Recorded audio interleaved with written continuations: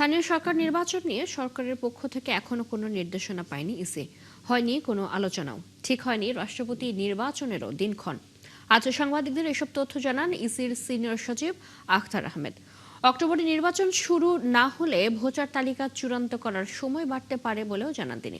এদিকে সময় শেষ হলেও এনসিপি সহ ৮টি দল তাদের আয় ব্যয়ের হিসাব দেয়নি কমিশনে। বিস্তারিত ফারজানা আক্তারের রিপোর্টে। গেল ৩১ জুলাইয়ের মধ্যে নিবন্ধিত রাজনৈতিক দলগুলোর বার্ষিক আয় ব্যয়ের হিসেব জমা দেওয়ার কথা থাকলেও ছুটির দিন হওয়ায় রোববার পর্যন্ত সময় বাড়ায় নির্বাচন কমিশন। বিএনপি জামায়াত সহ নিবন্ধিত ৫৯টি দলের মধ্যে ৩৮টি দল নির্ধারিত সময়ের মধ্যে তাদের আয় ব্যয়ের হিসেব জমা দিয়েছে। আর বেঁধে দেওয়া সময়ের মধ্যে আয় ব্যয়ের হিসেব মিলাতে না পারায় গণ অধিকার পরিষদ, জাতীয় পার্টি সহ ১৩টি দল কমিশনের কাছে সময় চেয়ে চিঠি দিয়েছে। তবে জাতীয় নাগরিক পার্টি, আমজনতার দল সহ ৮টি দল এখনো হিসেব জমা দেয়নি।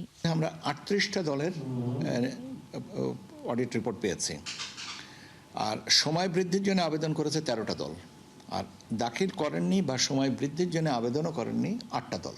এখন এই যারা সময় বৃদ্ধির জন্য আবেদন করেছেন তাদেরকে স্বাভাবিকভাবেই কমিশন অতীতেও যে সময় বৃদ্ধি করেছে এটা, আর যারা দাখিল করেননি তাদের ব্যাপারে আইন অনুযায়ী যে প্রস্তাবনাটা আছে সেটাই করব, যে তাদেরকে জানানো হবে যে আপনারা দাখিল করেননি।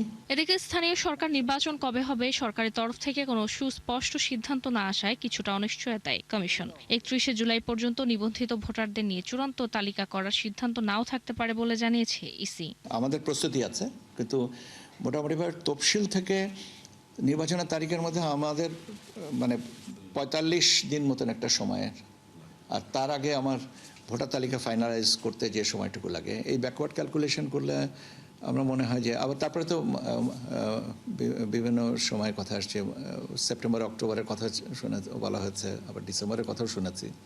তো কাজে আমি যেহেতু সুস্পষ্টভাবে আমার কাছে কোনো তথ্য নেই, সেই জন্য আমার মনে হয় যে ব্যাপারে আমার না বলাটাই সমীচীন। সচিব জানান, রাষ্ট্রপতি নির্বাচন নিয়ে এখনো কোনো দিনক্ষণ ঠিক হয়নি, তবে সংসদ সচিবালয়ের কাছে ভোটার তালিকা চেয়েছেন তারা। বয়স সংশোধনের সাথে আমরা বলছি যে।